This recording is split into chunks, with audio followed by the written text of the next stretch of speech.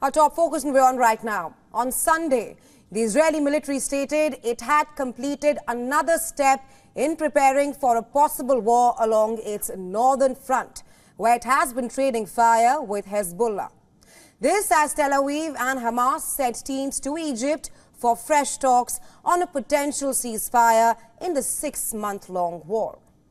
Earlier, the military said it launched airstrikes on eastern Lebanon and hit Hezbollah infrastructure sites after the Iranian-backed group downed an Israeli drone.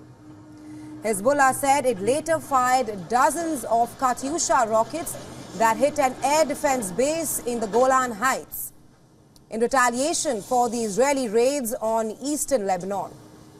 Now, the Israeli attack on Lebanon reportedly targeted a Hezbollah training camp belonging in Janta village near the border with Syria and the town of Safri near Baalbek.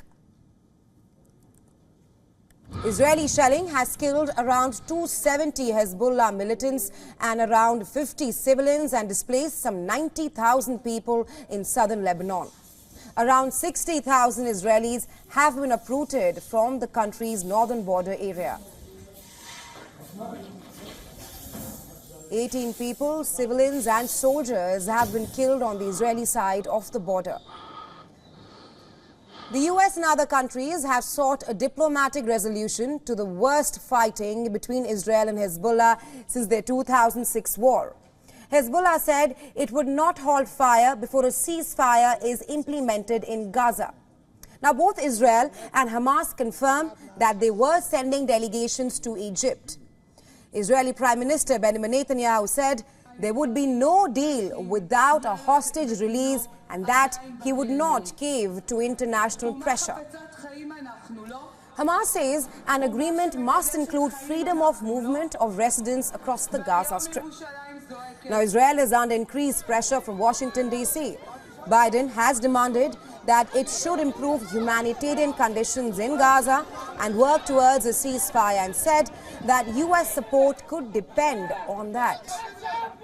It was the first time that Biden, a staunch supporter of Israel, has sought to use the U.S. backing to influence Israeli military behavior in the ongoing war in Gaza. The U.S. is a major supplier of arms to Israel. Biden has also urged the leaders of Egypt and Qatar to pressure Hamas to agree to a ceasefire and also a hostage deal ahead of a fresh round of talks in Egypt. Around 130 hostages are still being held in Gaza. Israel says an incursion into the Rafah area near the border with Egypt, it is needed to eliminate Hamas militants. Anxious foreign powers have said it could exact an unacceptable toll on civilians with more than 1 million people sheltering there. Meanwhile, Israel says it will evacuate civilians before launching an incursion in Rafah.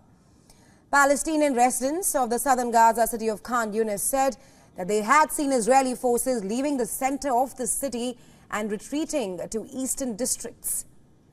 Well, new video footage showed the destruction at Al-Nasser hospital in Khan Yunis after Israel pulled out some of its troops. Israel is also on a high alert for a possible retaliatory attack from Iran in reaction to the killing of Iranian general on April 1st.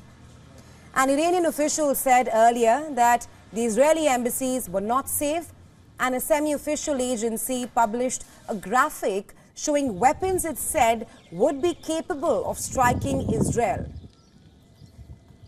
Hamas ceased to function as a military organization throughout the Gaza Strip. The troops go out of Khan Yunis and prepare for their follow-up missions. The Israeli Chief of General Staff, Herzi Halevi, says that Israel knows how to deal with Iran offensively and defensively. He said, "We know how to act forcefully against Iran in both near and distant places. We are operating in cooperation with U.S. and strategic partners in the region."